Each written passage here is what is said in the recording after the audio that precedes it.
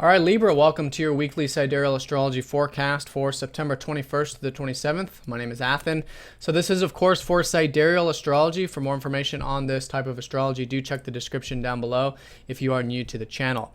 So Libra, let's go ahead and have a look. We have a lunar eclipse on Sunday in your 6th house. Very transformative, these eclipses are, and it's all about culmination in terms of the importance of rest and relaxation, or now moment awareness in your work or in your daily sphere of things or with your health and your diet. The 6th house for you is naturally the sign of Pisces. So for you Libras, it's always important to have that peace in whatever it is you're involved with on a daily level, whether it's work or otherwise. So that's the kind of energy that is culminating as the week unfolds. We'll be at the high point on Sunday. So asking yourself questions like, how can your work be more fulfilling? What are some elements you can bring into it that does give you a greater sense of meaning, or gives your work a greater sense of meaning or service, helping others, things like that, or improvement, self-improvement, bringing in more of that compassion and now moment awareness to yourself. And naturally, all of that can be very powerful, and there's a lot to be sort of integrated during this lunar eclipse time period in regards to it, because it's all about your life path.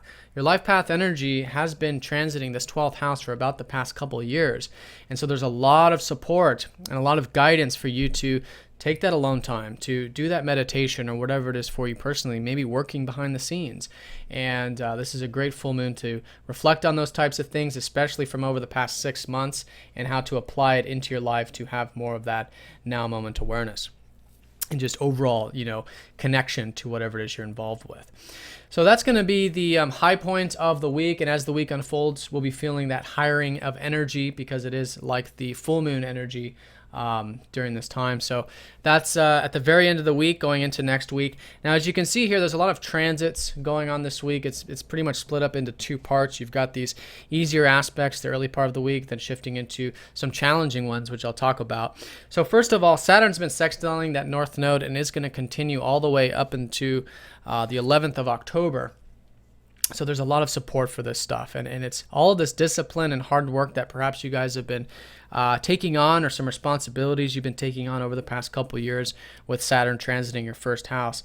And that sort of sense of anchoring and groundedness can be a very strong supportive element. All that discipline and hard work can be applied into this spiritual area of your chart, because of course spirituality does take discipline. It does take hard work, to schedule the time out, to have that meditative routine or whatever it is to help you really connect. So anyways, that's very supportive. That's going to be all week long.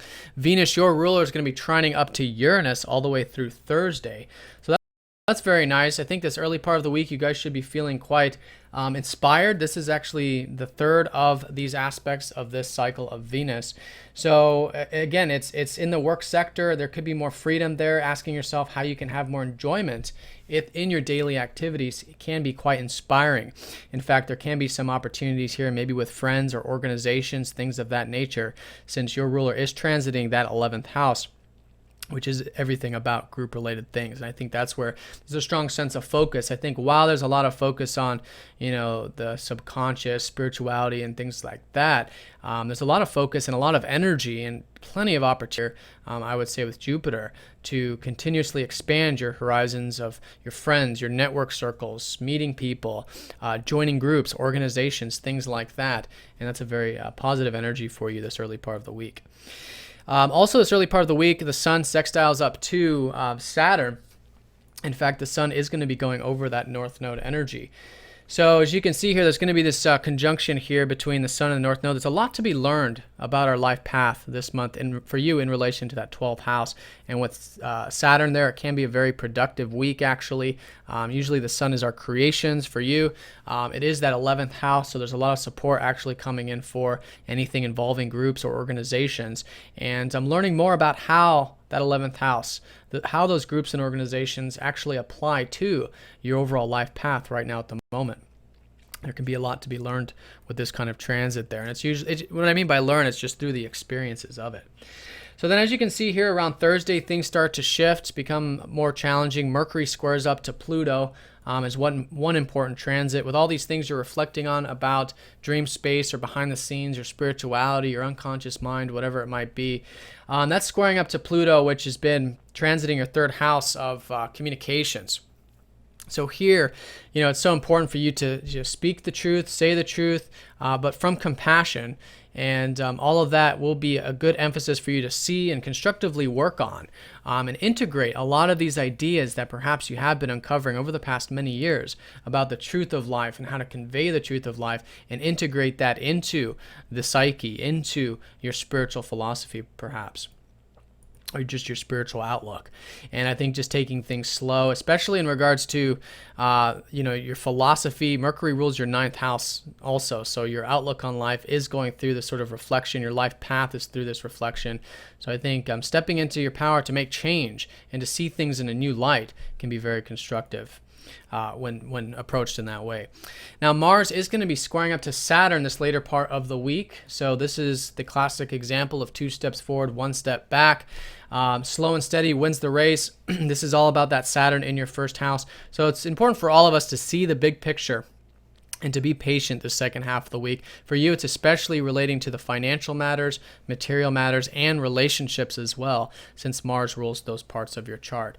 So, and in the area, it might be friendship, relationships. It might be your values, again, with these organizations. So take it nice and slow there. Work constructively at it. As long as you're seeing the long term and you're willing to put in that hard work and discipline, then this can be a very productive time, actually.